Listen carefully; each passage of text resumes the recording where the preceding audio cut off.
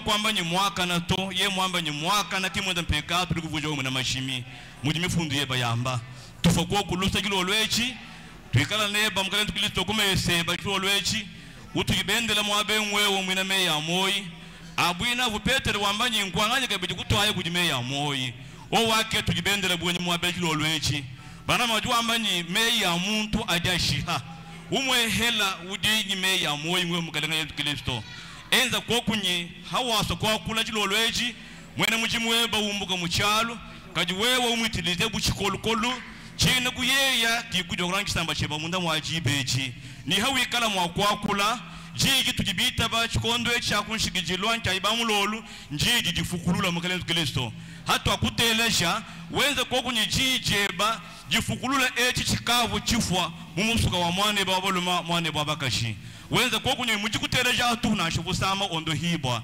shalaku janda muna kulukongu lonsu lujimwane ba mugwende nalo jilo lwechi ubanga netu ushikisha netu mujina cha mushinga mukola cha mukale wetu Kristo amen. Que Dieu vous bénisse. Zambi anubenesha. Avant de passer à la louange, nous avons un remerciement ici. C'est notre frère Séraphin Kaniki qui remercie Dieu en ces mots. Je remercie de tout mon cœur le Dieu Tout-Puissant, le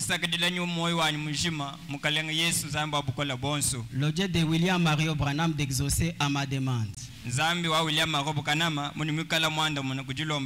selon laquelle mon petit frère pour qui les côtes étaient perdues vient d'être délibéré.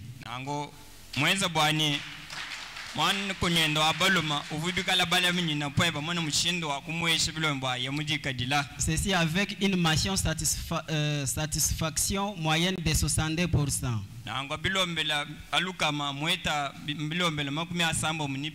Au campus de Lubumbashi suite aux prières des saints du Peniel Tabernacle. Il dit que le nom de ce Dieu puissant soit loué à jamais. Maintenant nous allons passer à la louange. On peut nous entonner les cantiques. Zambi Benisha. Tuangata inomba muitanu mumukanda wetu wa misambo wa Maranatha. Muimpa.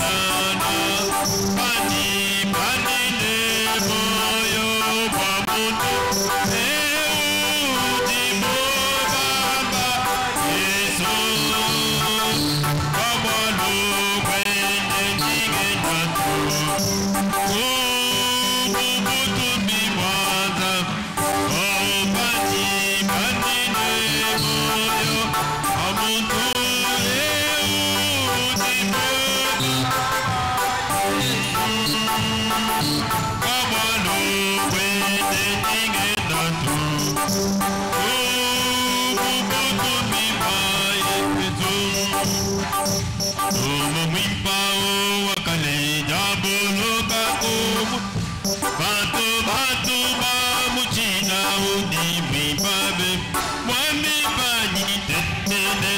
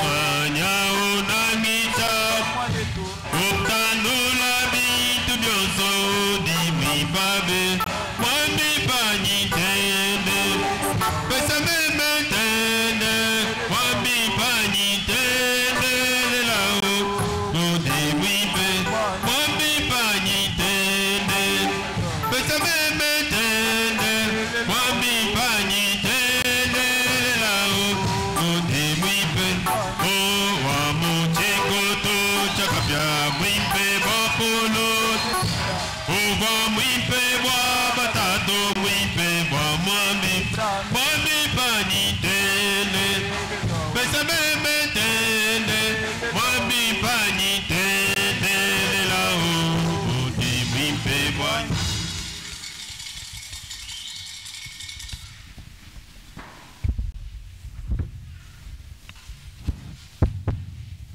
Shalom Église, Italala Ecclesia.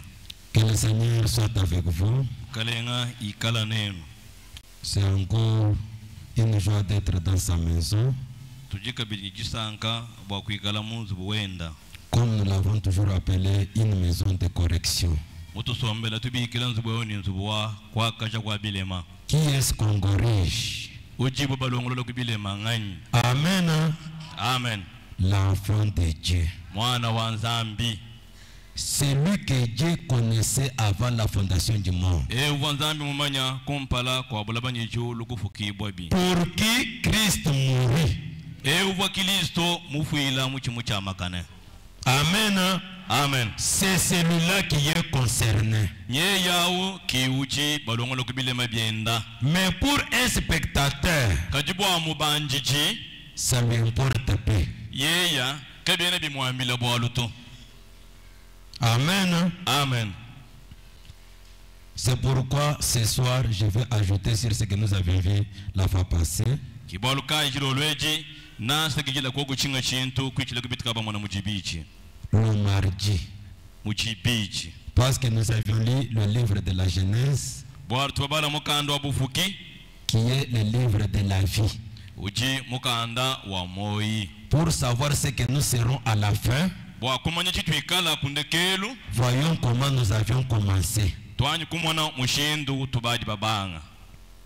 Amen. Amen. Si vous voyez que Wewe mumonani je suis déjà hors du chemin, ngaji habelu hanjila. l'Éternel votre Dieu Wachendelela Nzambi weba. crie derrière vous. Nyawele lubila hanyuma heba. Reviens. Wambani alukila. Alukila. Amen. Si tu es fils de Dieu, Ano jumwana wa si Nzambi. tu es fille de Dieu, Wabalu tu kaji. diras, Na wambani. est-ce moi? Memani. Avec ça, Nyeji. je retourne vers mon Père. Nyenga alukila kujitatu wanyi. Le Dieu riche en miséricorde Nzambi mubanji mulusa. ne vous rejettera pas. Ka kukubenga na nsha walukila kujito. Amen. Amen. Jésus nous a enseigné Yesu mutulonga sheni. l'histoire d'un fils prodigue. Bwalu bulonda bwa mwana mushimine. Angilusu mwindu wa mwana C'était mushimine. un enfant du Père. Uva mwana watatu kampanda. Amen. Amen. Mais il a été emporté par la jeunesse. Kajibunso kumwambula kuyanenda. Il a dit à son père, Kwambila itatwende ni. donne-moi la part de mes biens, Mpesha chituha chako bubanji bujinabu. que j'aille faire tout que bon me semble avec mes Mema amis. ngiyangenza mwanyi munga mwana mwakwenza. Il est allé, Yeye kuyeyi. il est allé jusqu'à faire ce qu'il ne fallait pas faire. Yeye kuya kwenza nyibivuga bibi kumbana kwenza. À la fin, Kundekelwa byonso. il s'est vu manger la nourriture des animaux. Yeye kujimona ukaji uja byaji de byanyama. Un jour, il s'est posé la question, Jinga jitukuje bejaini. moi, Mema. est-ce moi? Mema ni Je mwana. mange déjà ça. Kaji ngide bintu bya bwinebi. J'ai un chez nous. Ndinyi kwetu. Je vais retourner. Ndi musa kwalukila kwetu. Dès que j'arriverai devant mon père, Anga afika kumpala kwa tatu wani. je lui dirai, Na mwambile ni. Père, Tatu. j'ai mal agi. Jimwenza bibi. Je ne mérite pas d'être appelé même ton fils. Mema chana na shingumbana idibe kubigiri bonyi mwane bato. Mets-moi dans la lignée de tes serviteurs. Mema nteka kumulongu wa bene mujimu beba. Père étant père. Na shamuji tatu. Le père, comme c'est un père, Tatu bumuji ni masha il a dit, Yeye kwamba ini. un fils, Mwana. c'est mon sang. Mashiani. Amen. Amen. Comme tu es revenu, Bumu walu kiji je kuluba. te reçois. Ngakwa kichichi. C'est ce que nous allons voir ce soir. Kishi twikala bwa kumwana jilolo eji. Amen. Amen. C'est pourquoi kibalukai je vous demanderai de vous tenir debout. nandulomba bone mengine kwa kukulu.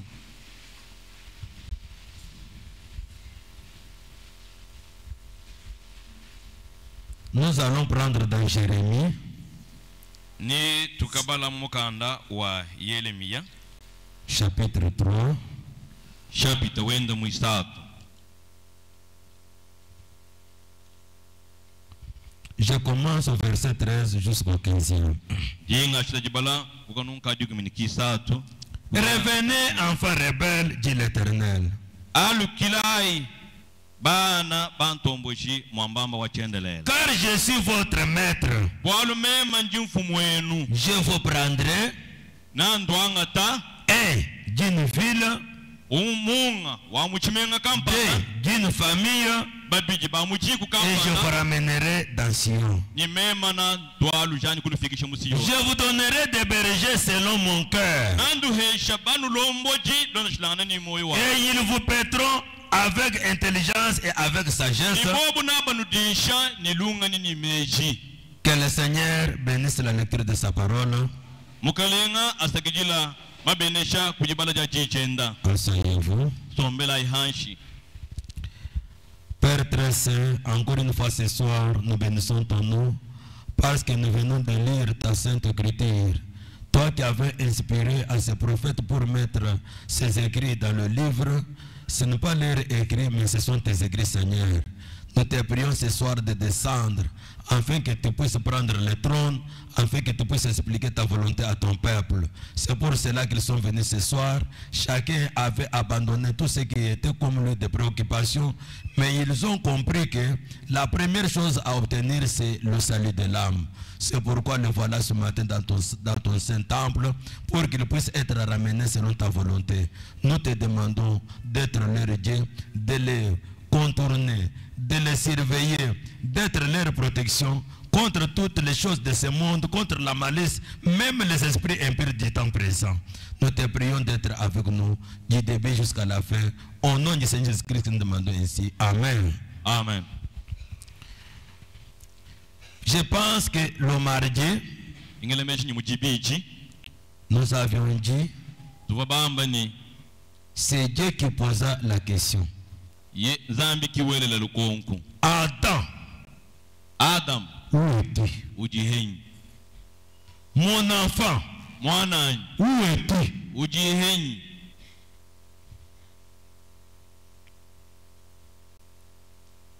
Il n'a pas su répondre premièrement.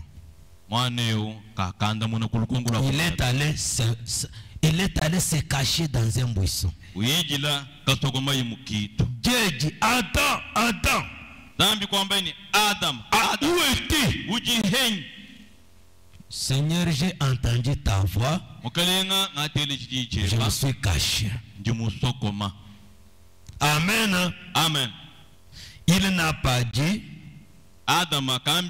je suis ici, chef. La parole de Dieu a provoqué la peur, la crainte dans le cœur d'Adam.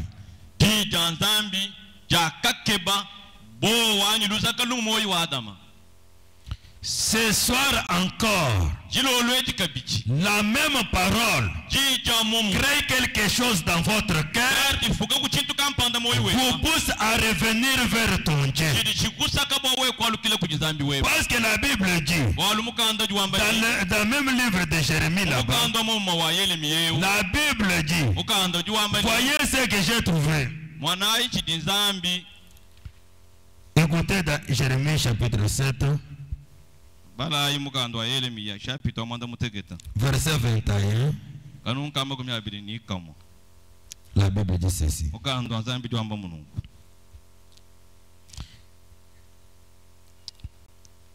21 jusqu'au 23. Ainsi parle l'Éternel des armées, le Dieu d'Israël. Ajoutez vos holocaustes à vos sacrifices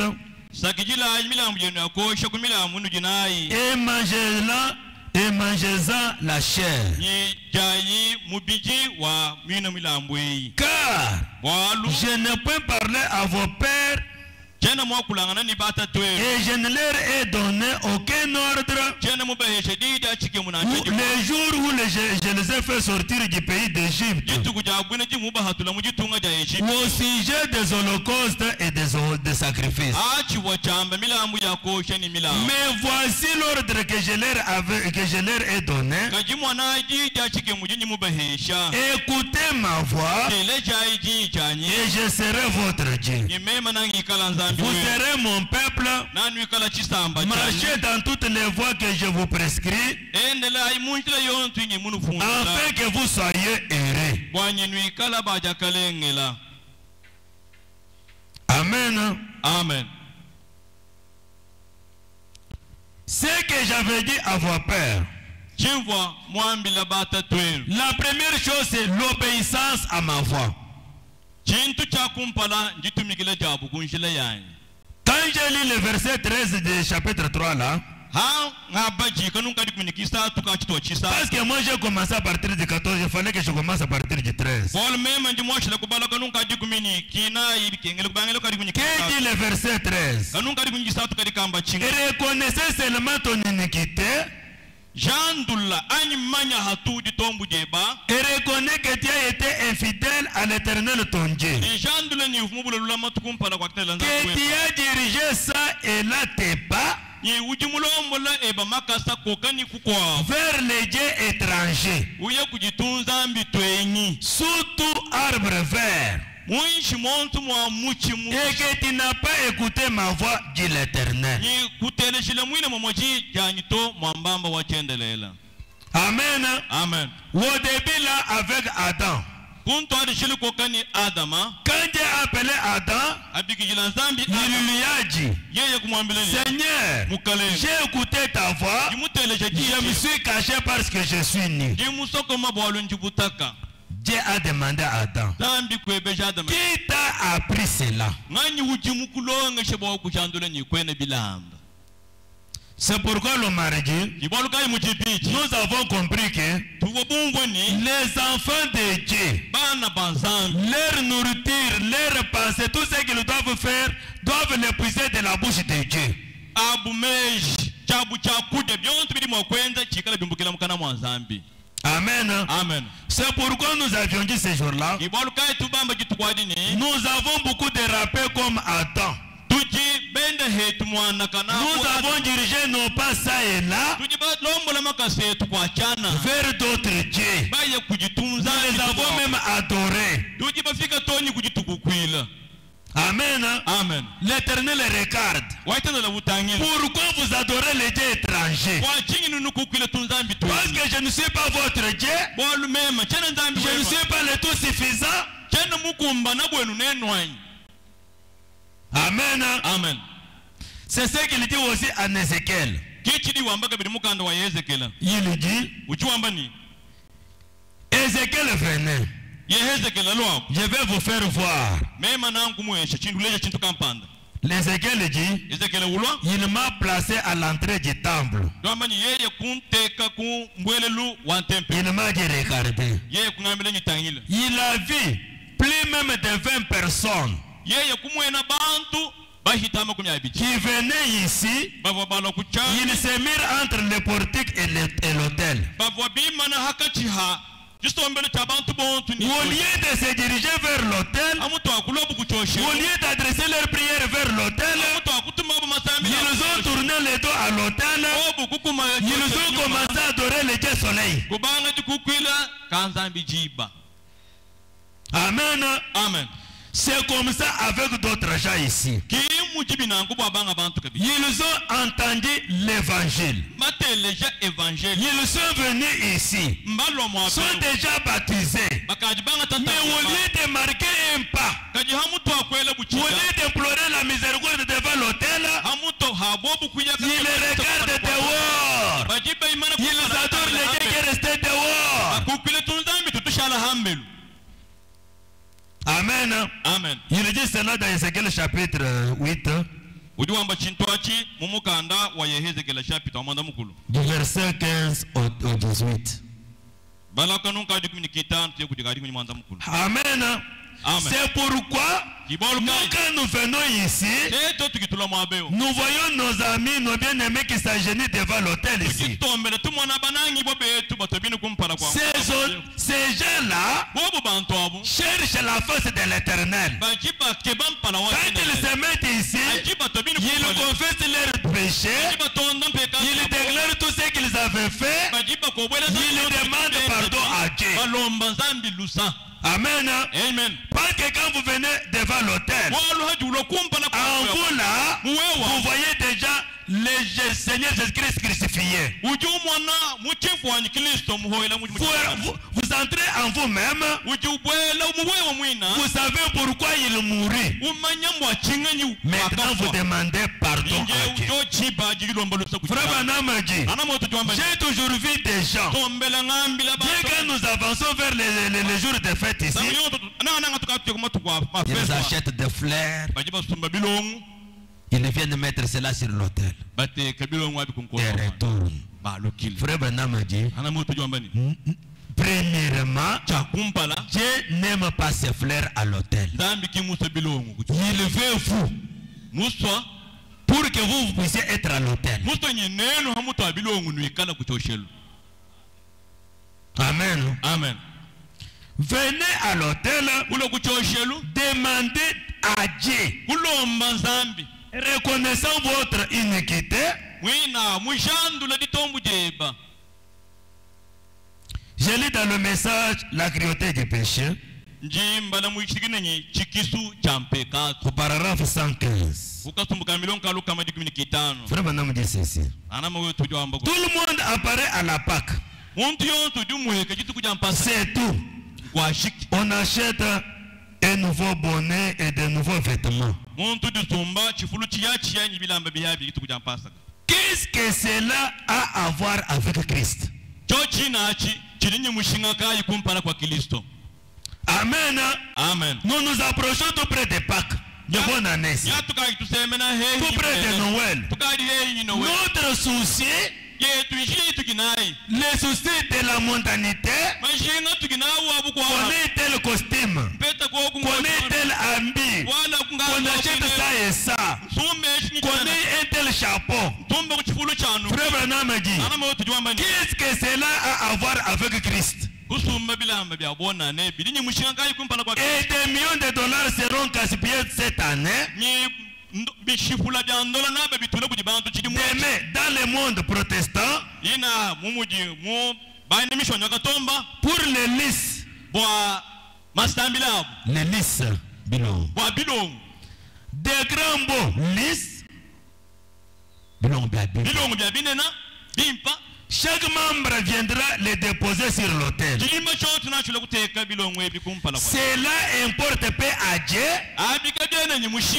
qu'il y ait des listes sur l'autel.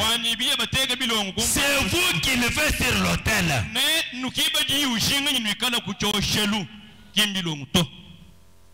Amen. Amen. Venez vous-même devant cet autel. Demandez à Dieu, confessez tous les péchés, regardez votre fille. Dites à Dieu, Seigneur, j'étais déjà loin de toi. Ramène-moi dans ta volonté. Amen. Amen. Pourquoi seulement mettre des fleurs? Ne mettez pas d'abord les fleurs, commencez par vous.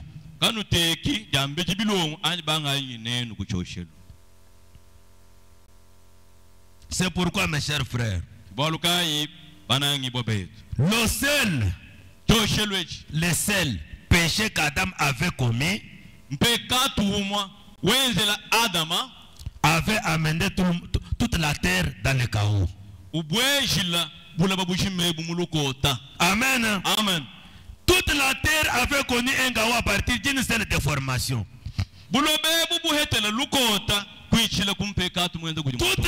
Toutes les perversions que nous voyons aujourd'hui, c'est dit à cela. C'est pourquoi Frère Branham a dit, quand vous passez près de ce cimetière, qu'Ève dit, Ève, c'est à cause de moi. Amen. Amen. En passant, il voit toutes sortes de prédictions, toutes sortes de perversions. Qu'elles disent, c'est à côté de moi. C'est à cause de moi.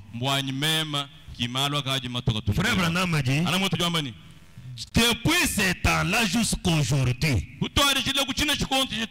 ce même péché là-bas a arrangé encore d'autres jeunes filles sont devenues des mères célibataires.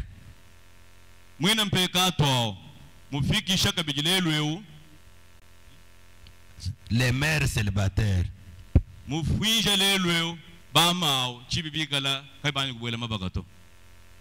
Amen. Amen. Quand j'ai dit cela, même quand frère Branham l'a dit, vous comprenez le sens.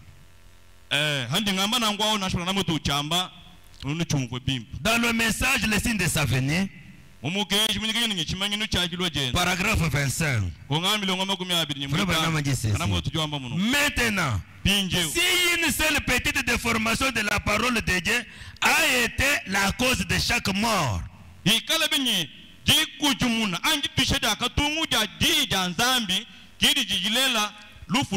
chaque tristesse, chaque chagrin, et tous des années que nous avons connus, rien qu'en déformant une petite parole de Dieu.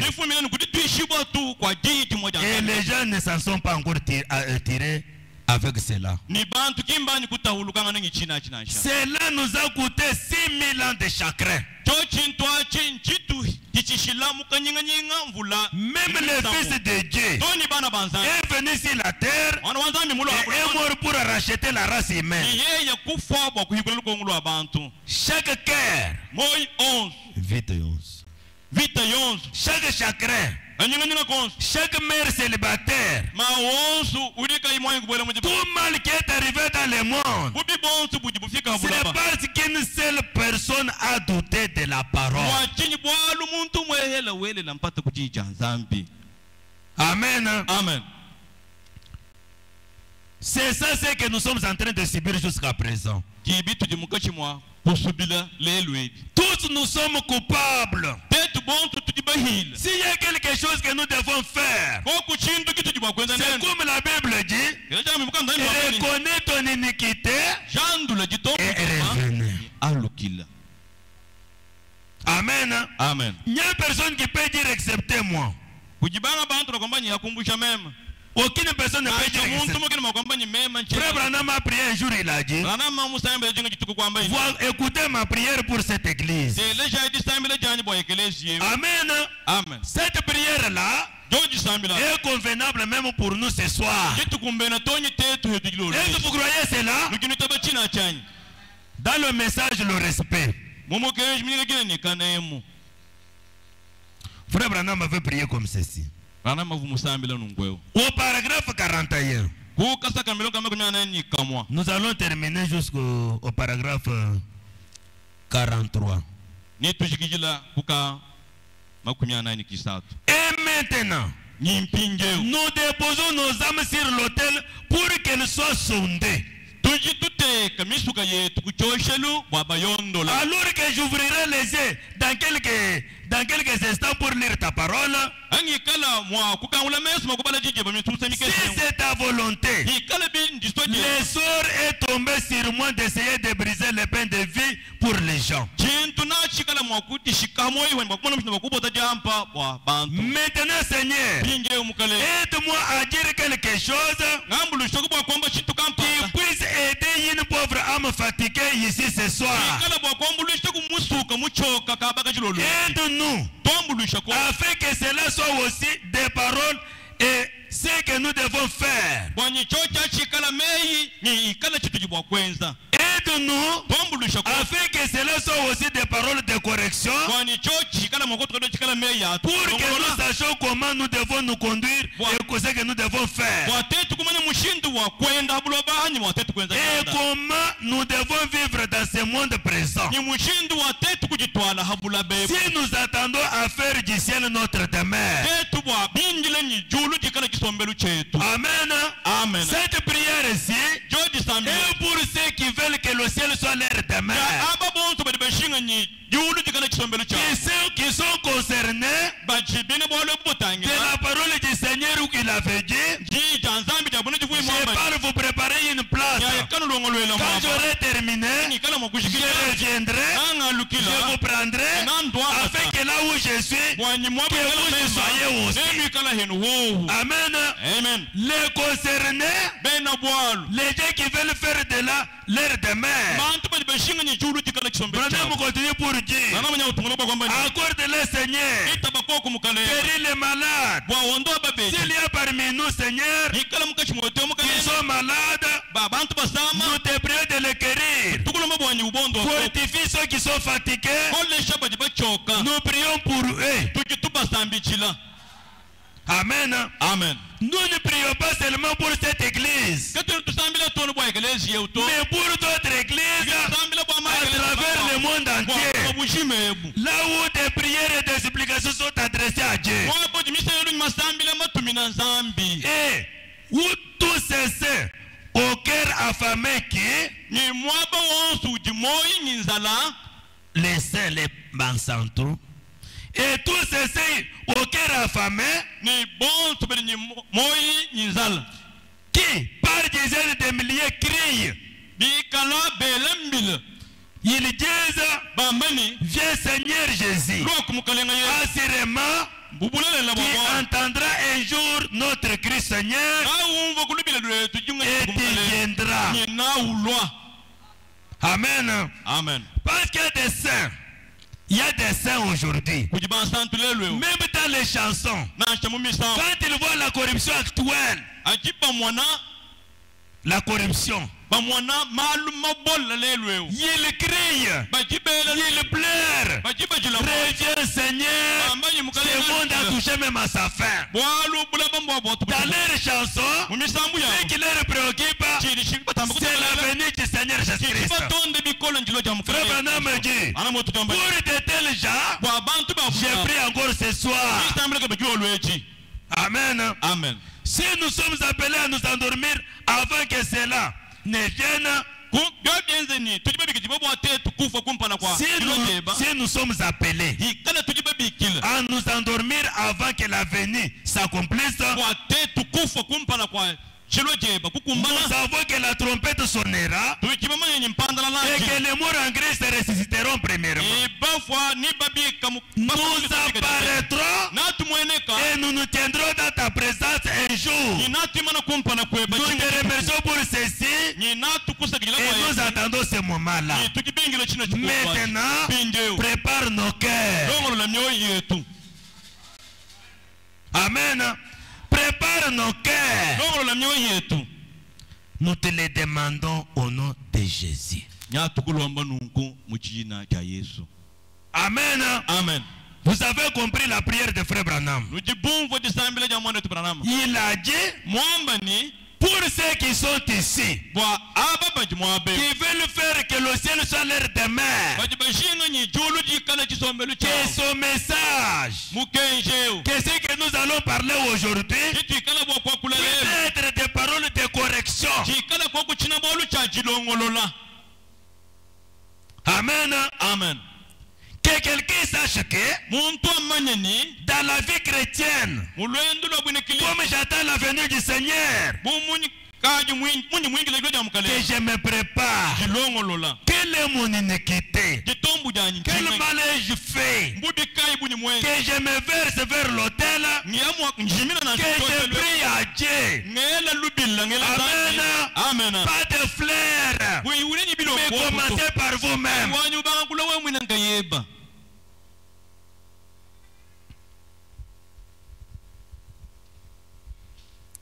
C'est ça ce que Frère Branham avait fait dans sa prière. Il a dit, comme Jérémie a parlé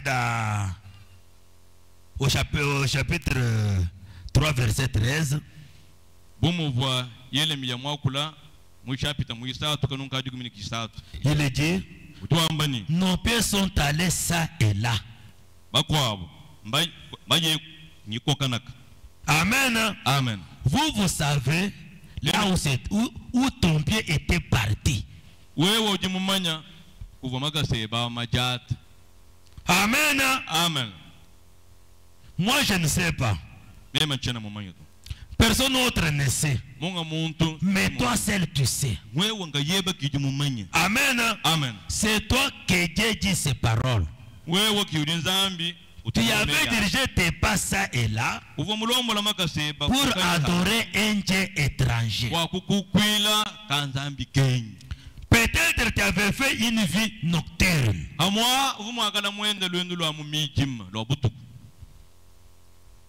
Frère Branham a dit, la vie nocturne, ce n'est pas la vie des enfants de Dieu. Amen. Amen. Dans le message, n'ayez pas peur. 17 juin 1963. Frère Branham dit ceci. Au paragraphe 59. À la partie B là. Je lisais un article. Je crois que c'était dans Magazine Life ou quelque chose comme ça. Il n'y a pas longtemps. Où une vedette de cinéma a fait cette observation.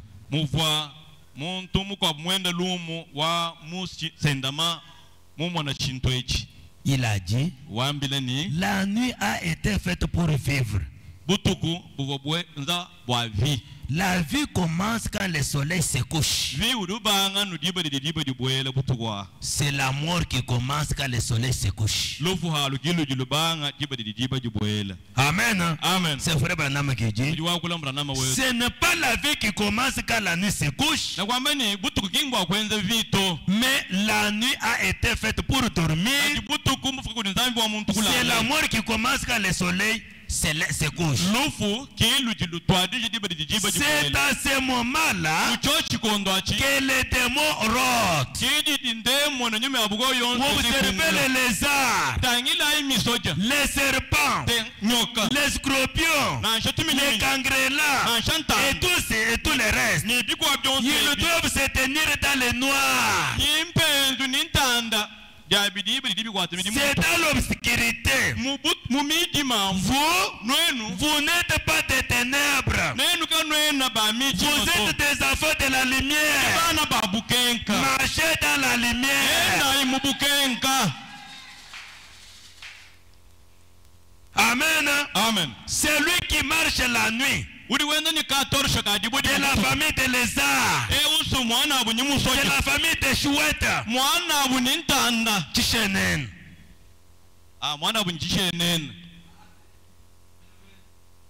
Amen. Amen. Nous sommes des enfants de Dieu. La Bible dit, vous êtes des enfants de la lumière. Ne marchez pas dans les ténèbres.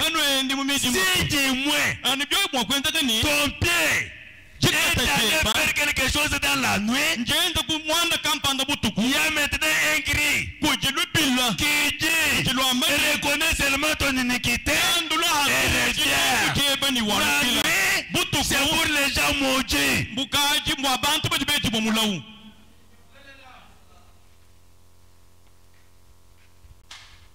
Amen. Amen. Frère Branham a dit, continue pour dire. Cela me rappelle quelque chose. Vous pouvez prendre une certaine pomme.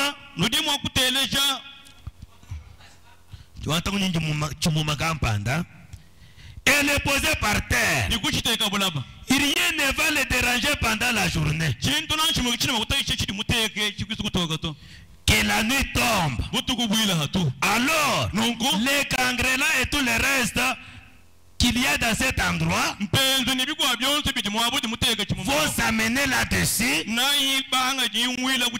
puis, si vous voulez les voir disperser, allumez simplement la lumière. Ils vont disparaître. Amen. Amen. Si quelqu'un vient vers vous pour vous dire un autre évangile, parce que ce jour-là nous avions dit, quand Quand le diable est venu au jardin d'Éden, il est venu avec ce qu'il est dit. Il est écrit. Quand il est venu auprès de notre Seigneur Jésus-Christ, il a amené aussi l'écriture. Amen. Les mêmes diables là peuvent amener aussi de l'écriture. Comment les vaincre?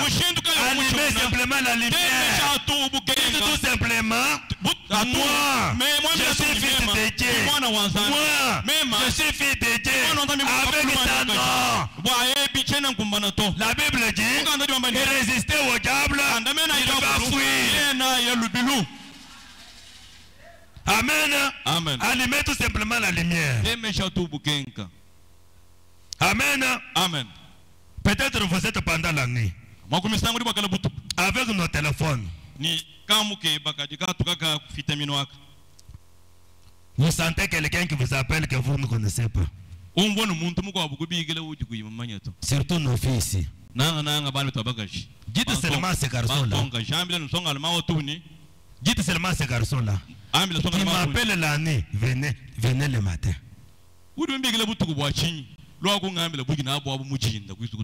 Il ne viendra pas. Amen. Amen. Pourquoi? Une vie nocturne. Une vie de démons. Mais qu'est-ce que nous voulons voir? Amen. Amen. Frère Branham a dit, qu'est-ce que nous voulons voir? Nous voulons voir la vie de Christ dans chacun de nous. Comme nous avions dit d'abord ici, la Bible avait dit, quand vous reviendrez, je vous donnerai des bergers qui vont vous paître avec sagesse et intelligence. Amen. Amen. C'est ce que Frère Branham dit. Dans le message, écoutez l'adoption là.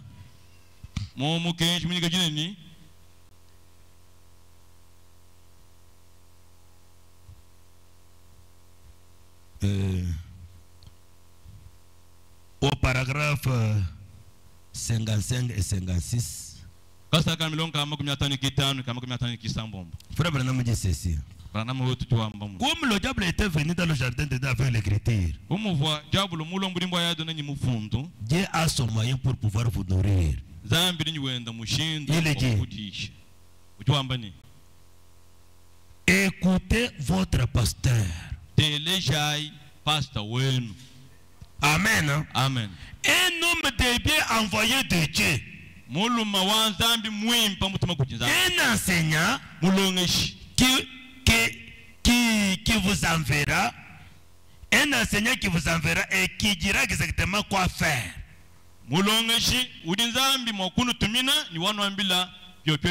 Parce qu'il est lui-même loin du Saint-Esprit. Écoutez-les.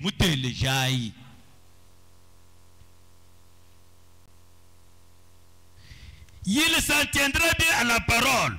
Il s'accrochera exactement à ce que dit la parole. Et Dieu bénira cette parole-là. Peu m'importe où. Il bénira cela parce qu'il a promis de le faire. Et restez attaché à la parole. Cette parole est la vie. Et chaque fois que vous recevez la parole, vous recevez la vie. Recevez la vie dans votre cœur. Et croyez la parole comme étant votre bien propre. Chaque promesse est votre. Après que vous ayez reçu le Saint-Esprit, après avoir reçu le Saint-Esprit, Dieu vous donne un carnet de chèques avec le nom de Jésus-Christ mentionné en haut bas. Pour tout ce que vous désirez. Avez-vous peur de les remplir? Amen. Amen. Quand vous croyez en Jésus-Christ, il vous donne un chèque. Il vous dit de demander tout ce que vous voulez. Demandez tout ce que vous voulez à mon nom. Dieu vous l'accordera. J'aime ça. Restez là avec une foi très pire. Demandez, croyez, et cela s'accomplira. Amen. Amen. Avec une foi, ayez confiance dans votre pasteur. C'est lui que le Saint-Esprit a établi. Amen. Amen. Si quelqu'un autre viendra avec une écriture, soyez prudents. Amen. Amen. Parce que le diable peut venir. Qu'est-ce qu'on vous a dit? Il est écrit noir sur blanc. Attention. Amen. Amen. Mais qu'est-ce que nous voulons? Frère Branham dit, nous voulons voir la vie de Christ dans votre vie. La vie de Christ, c'est ça ce que nous voulons. Il y avait quelqu'un qui faisait la conversation avec Frère Branham. Il dit, Frère Branham, vous voulez nous prêcher Jésus-Christ? Je vois en Amérique, même là, vous ne connaissez pas ce Jésus-là. Nous, on nous l'avait déjà enseigné, ça fait longtemps. Mais il y a ce que nous cherchons. Dans le message, la vraie vigne et la fausse vigne. Au paragraphe 41. Frère Branham dit, à mon atterrissage en Inde, les Indiens m'ont tous rencontré là et m'ont dit,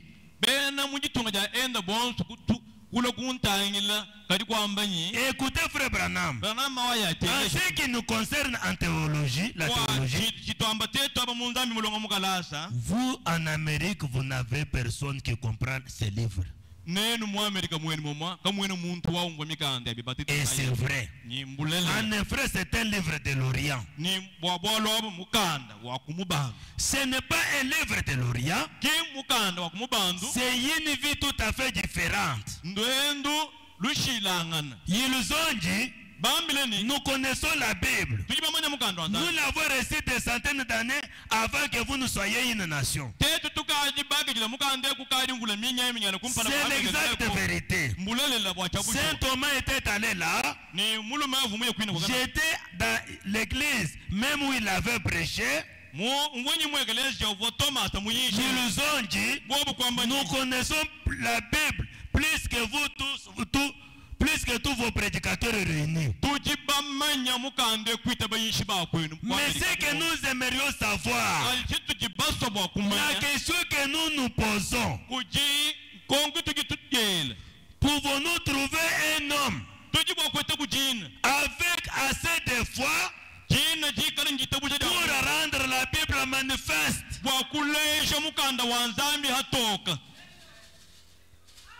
Est-ce que nous pouvons trouver un homme, une femme capable de rendre la Bible manifeste? Voilà ce que nous cherchons.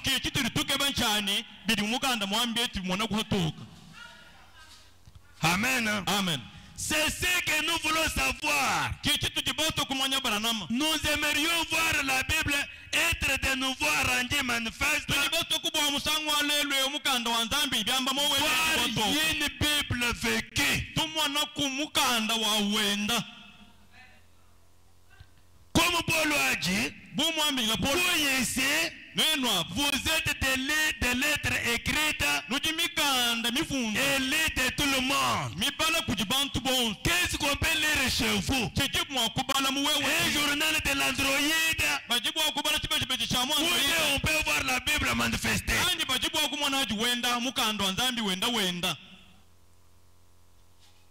Qu'est-ce que vous voulez représenter ce soir? La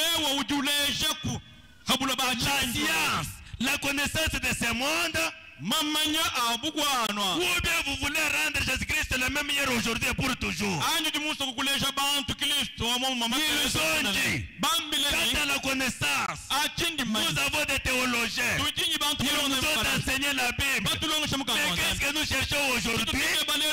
Nous voulons voir la Bible rendue manifeste. Une Bible qui marche. Une Bible vécue. Tout ce que vous faites, c'est la parole de Dieu.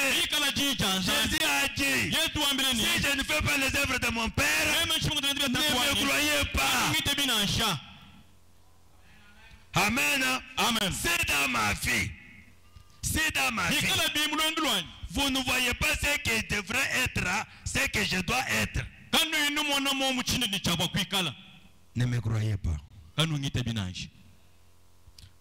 Moi, je suis l'enfant de Malachie 4. Est-ce qu'on peut voir dans votre vie le message de Malachie 4? Ou bien vous dites seulement aux gens, moi je suis l'enfant de Malachie 4. Est-ce que vous pouvez être la lumière du soir? Est-ce que vous pouvez être la parole de ce temps?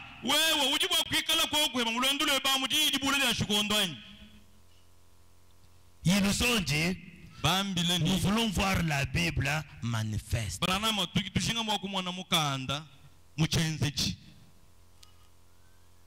Pas seulement le dimanche. Comme vous avez de bons hauts talons, vous m'avez pas. Et c'est cela qu'on cherche. Dans 3 minutes, 10 minutes, tu fais 4 courses. Comme vous avez un bon pantalon, bon costume, vous vous levez debout pour que les gens vous regardent. Et c'est ce qu'on cherche.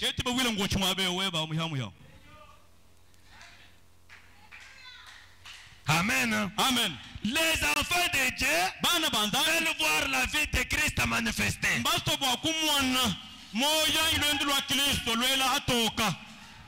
Amen. Amen.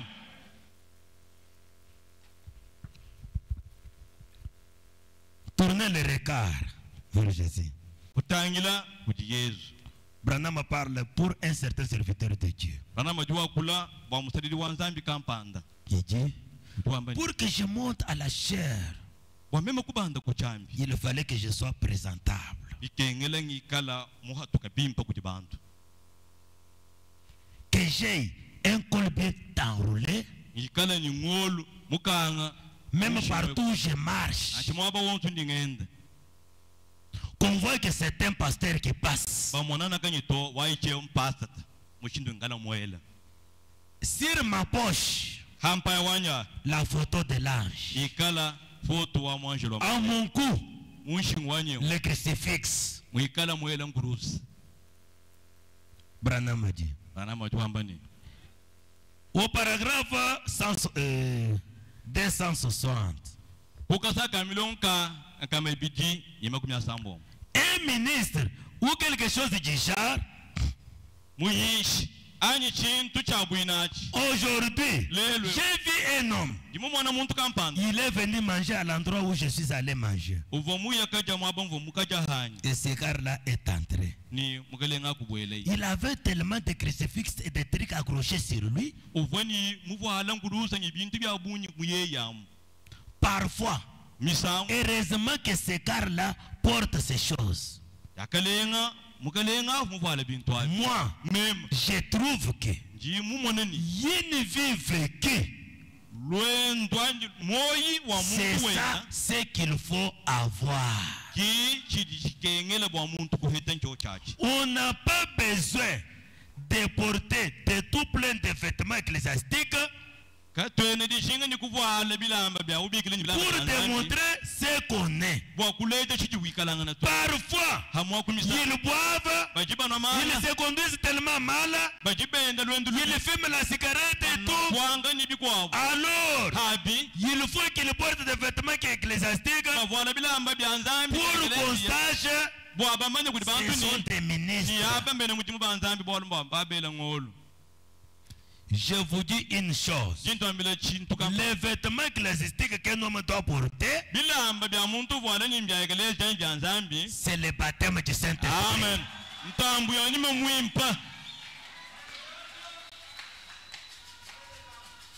Amen. Amen.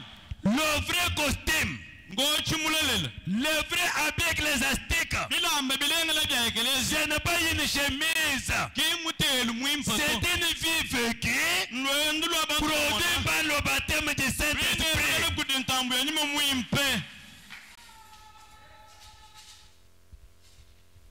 Il dit, prenez Jésus-Christ qui était notre modèle. Avec le Bartimée du 13 juillet 60.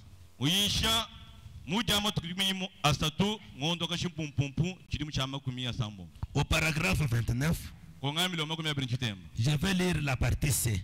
Je ne pense pas que Jésus se montrait différent des autres hommes. Il s'habillait comme les hommes ordinaires. Il allait parmi eux. Il était un homme parmi les hommes. Et ainsi, il était notre modèle lorsqu'il s'agit de l'habillement ou de toute autre chose. Je ne pense pas que nous devons nous habiller de manière à être distincts.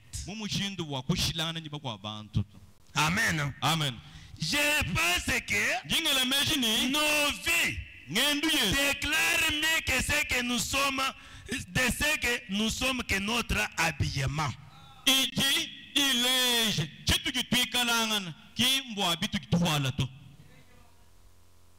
Amen. Amen. Vous allez pleurer devant vos parents. Telle chemise, telle robe. Est-ce qu'il y a la concordance avec votre vie?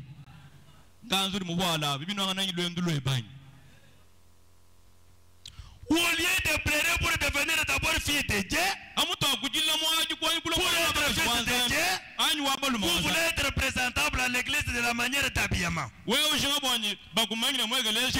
pas besoin de cela. Ce que Dieu veut, c'est votre caractère. La vie que vous menez parle plus que votre habillement.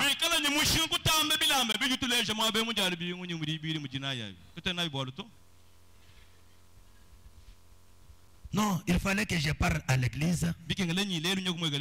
Amen. Amen. Quand je parle à l'église le dimanche, à l'église, que je porte une bonne veste. Je marque un pas. Je dis à ma femme, que vois-tu? Chic.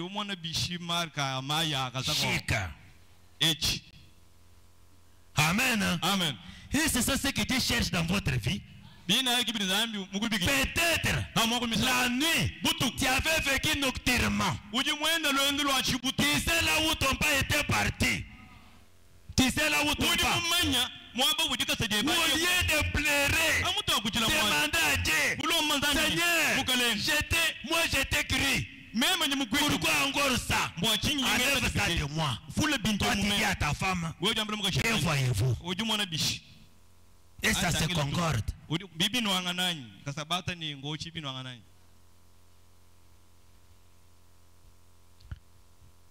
Préparation de Dieu. Au paragraphe 35. Amen. Amen. Frère Branham a prié à Dieu. Les écritures que nous allons lire aujourd'hui puissent aider à ces gens de manière qu'ils comprennent que c'est pour notre bien. C'est pour notre correction. Amen. Amen. Écoutez la vraie concordance. Au paragraphe 35. Vous savez aujourd'hui, c'est un grand jour de typologie. Si vous ne le croyez pas, peignez vos cheveux, peignez vos escaliers en rouge. Escalier.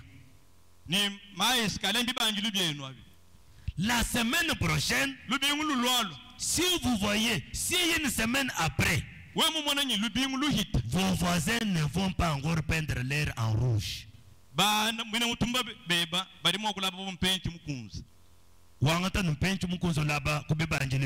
Amen.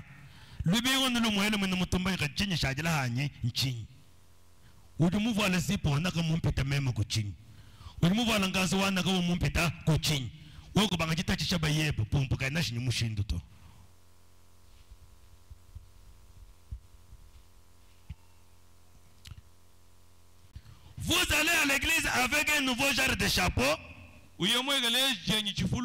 Peu importe combien ça paraît bizarre. Voyez si votre proche voisin ne cherchera pas à se procurer les mêmes genres de chapeaux.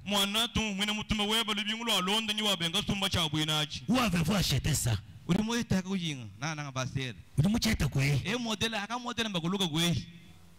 Amen. Amen. Eh bien, on dit qu'elles vont changer même de voiture. Acheter une nouvelle marque après avoir roulé à bord d'une Ford. Voyez si votre voisin ne voudra pas alors une machine de la même manière. Tout le monde veut quelque chose pour faire la compétition l'un avec l'autre.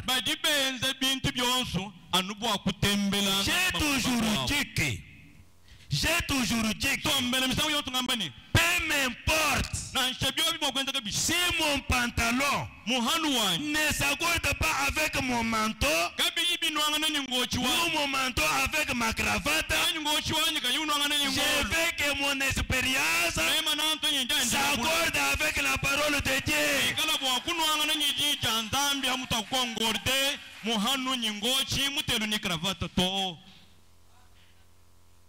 Amen. Amen. Si les autres ne vont pas de même manière, si mes habits ne se concordent pas, mon souci est que ma vie, mon expérience va à la même, au même rythme que la parole de Dieu.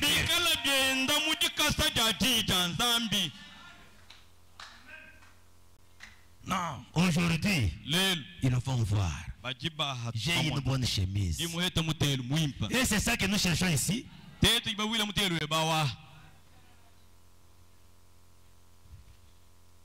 Amen. Amen. C'est pourquoi, mes bien-aimés, nous avons des rappels dans beaucoup de choses. Nous demandons à Dieu que nous puissions revenir dans la foi. Nous sommes le peuple de Dieu. Ce que Dieu cherche dans nos vies, ce n'est pas l'habillement, ce ne sont pas des maisons, ce sont des vies consacrées pour sa parole. Que nous soyons des Bibles vécues, que nous soyons des lettres écrites et lites de tout le monde. Voilà, c'est pourquoi nous sommes ici. Amen.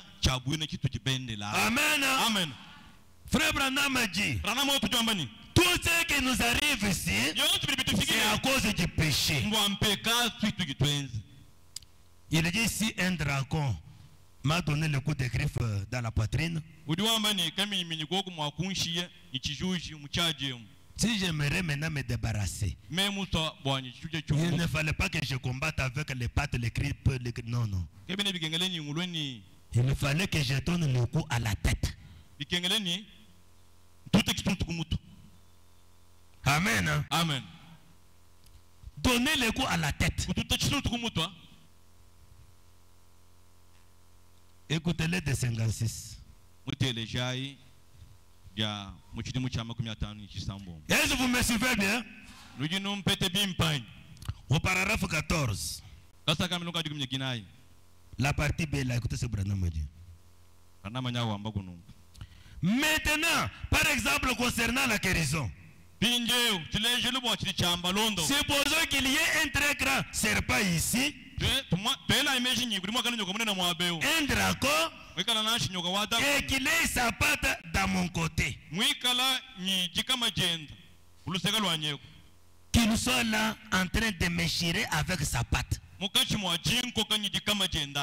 bien, il ne faut pas que je lui coupe la patte pour me débarrasser de lui. Il faut que je le frappe à la tête. Cela va assommer le serpent tout entier. Quand vous traitez le problème du péché, vous traitez le problème de la maladie et tout ce que le péché entraîne. Amen. Amen. Obligatoirement, ce n'est pas que sa patte, mais le tout est dirigé par la tête. Et ici, le péché était sa tête et la chose entière est tombée.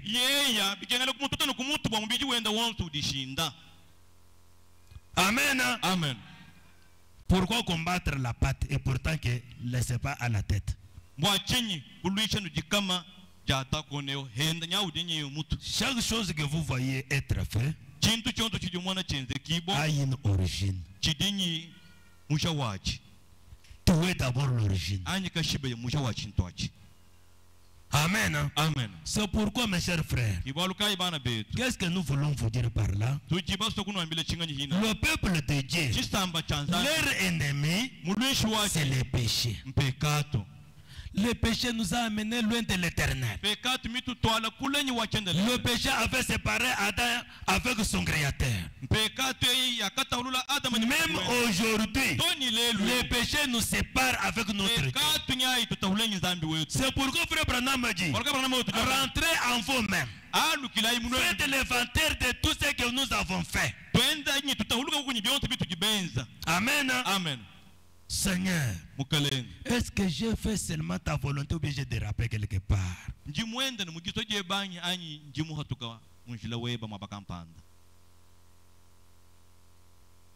J'ai compris. Tout ce qu'on a dit ici, je le mets devant moi. Mais la Bible a dit, reconnais seulement ton iniquité. Venez. Vous avez dirigé vos pas ça et là jusqu'à invoquer les dieux étrangers. Je te dis, reviens. Amen. Amen. Frère Branham me dit ceci dans le message, le respect, au paragraphe 35.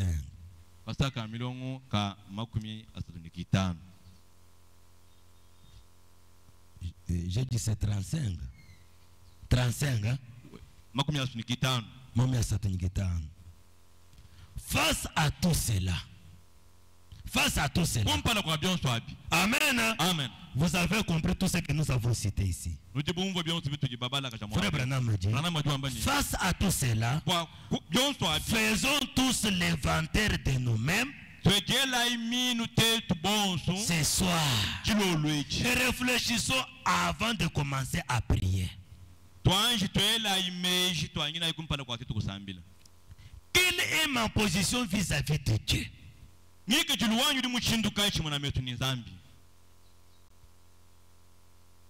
Adam était sorti de la voie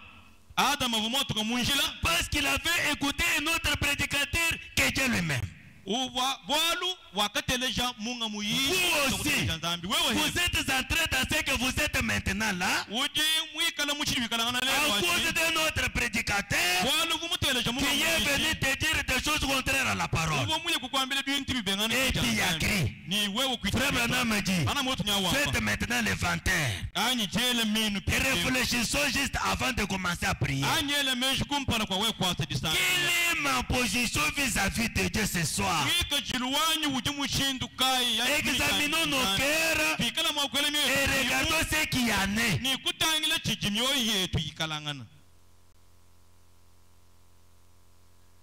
Seigneur, si j'ai blessé une âme aujourd'hui, si elle peut s'être écartée de la route à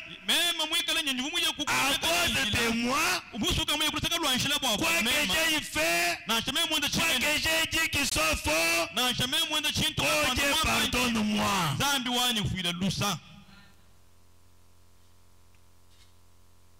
Faisons l'inventaire. Examinons-nous avant de prier. La prière, c'est un entretien entre l'homme et son créateur. Dieu veut que son enfant lui parle. Si vous avez mal agi, retourne vers ton père. C'est ton père, vous êtes son enfant. Quel que soit ce que tu as fait, quel que soit ce que tu as dit, si vous reconnaissez et que vous retournez, que vous demandez pardon, il est Dieu miséricordieux. Branham m'a dit, regardons dans nos vies. Est-ce que j'ai blessé quelqu'un dans son cœur? Quand on m'avait dit une chose, quand moi j'avais répliqué, comment cela était parti? Comment cet homme avait reçu ma réponse? Si j'ai à traiter celui qui est à côté de moi, la Bible dit malheur au scandale. J'ai scandalisé une fille de Dieu. Je l'ai scandalisé. Peut-être ma femme en arrivant ici, je l'avais injurié. Et j'ai pris la Bible et je suis allé pour prier. Réfléchissez. Peut-être en arrivant ici, tu avais scandalisé ton mari. Tu es venu tel que vous êtes venu là. Frère Branham me dit, d'abord reconnaissez ce que vous avez fait avant de prier. Bientôt nous allons partir dans la prière. Bientôt nous allons prier. Réfléchissez. Rentrez en vous-même. Sondez vos voies. Quelle voie j'avais empruntée qui n'était pas en accord avec la volonté de Dieu. Si vous retrouvez cette voie là-bas, commencez par là. Cet hôtel ici est fait pour que les enfants de Dieu se déversent là-dessus. Pas de fleurs. Venez avec la fleur pour manifester la joie. Mais avant d'avoir la joie, vous n'avez pas la joie. Vous n'avez pas le salut. Vous luttez seulement pour avoir des vêtements. Où irez-vous avec des vêtements?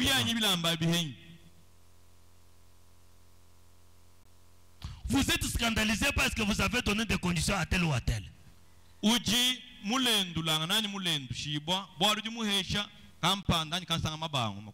il n'a pas accompli, vous êtes scandalisé à cause de cela.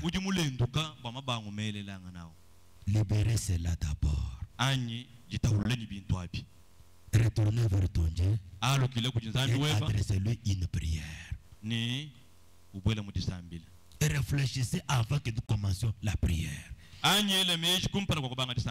Quand tu viens à l'église, c'est pour chercher le salut ou bien c'est pour exhiber quelque chose?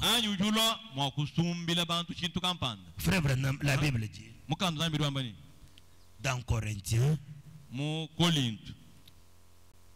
chapitre 7, 1 Corinthiens chapitre 7, verset 2 là.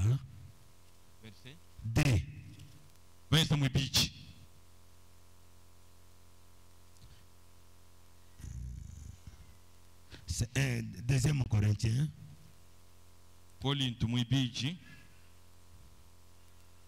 Chapitre 7. Verset 2. La Bible dit ceci. Donne-nous une place dans vos cœurs. Nous n'avons fait tort à personne. Nous n'avons ruiné personne. Nous n'avons tiré du profit de personne. Ce n'est pas pour vous condamner que je parle de la sorte. Car j'ai déjà dit que vous êtes dans nos cœurs à la vie comme à la mort. Ce n'est pas pour vous condamner que nous disons ceci. Ce que nous voulons, s'il y a la vie, on se rencontre avec vous dans la gloire. Il nous a condamnés. Ce n'est pas pour cela que nous avons fait cela.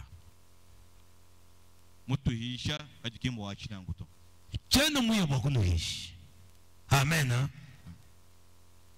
Nous disons que kaba munda manu ya bina mujimo banzambi kaka tuko kumpala kwa nzambi byanze bitu nena nikala masanga kutufulu chenda kaja yeye munushi nyibwalo mvujinga nyambambila moyo ukandamana brenda mujo ipolo do ambanye to hesha ko kaba munda manu ye no nuvu nyibitu yitenze byonse mbwabilengele byenu bol neno ab nudinye kaba moyo wetem nyimbo lufu na shamoi natima na ikolo.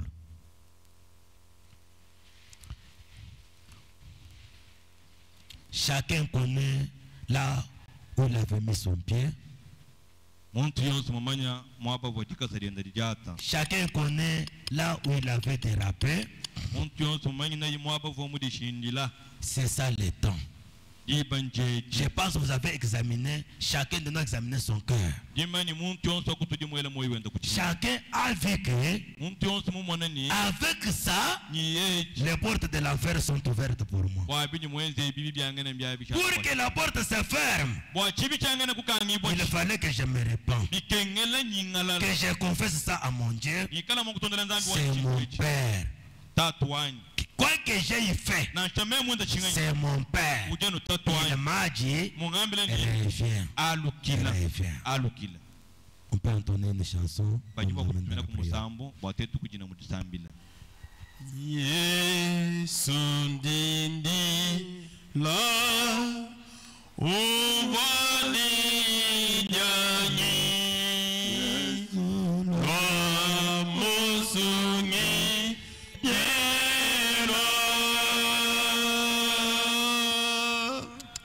na kujemina uneja luse na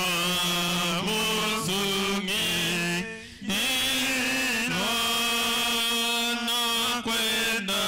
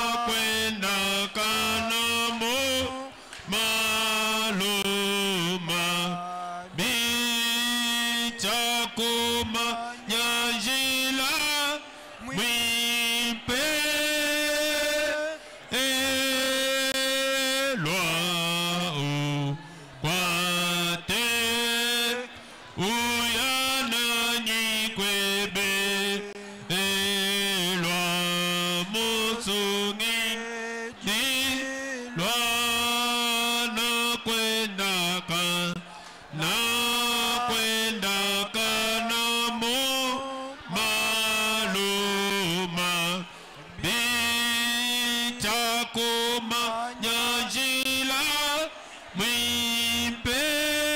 maluma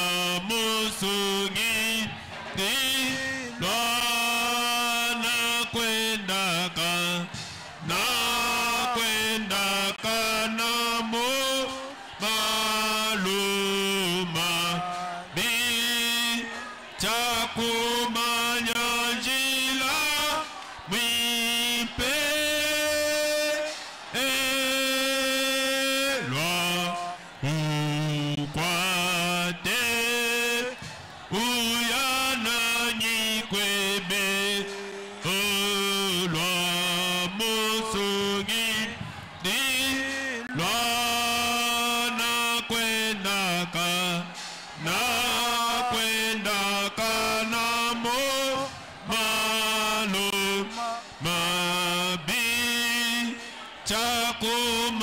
nyajila mwimpe Loi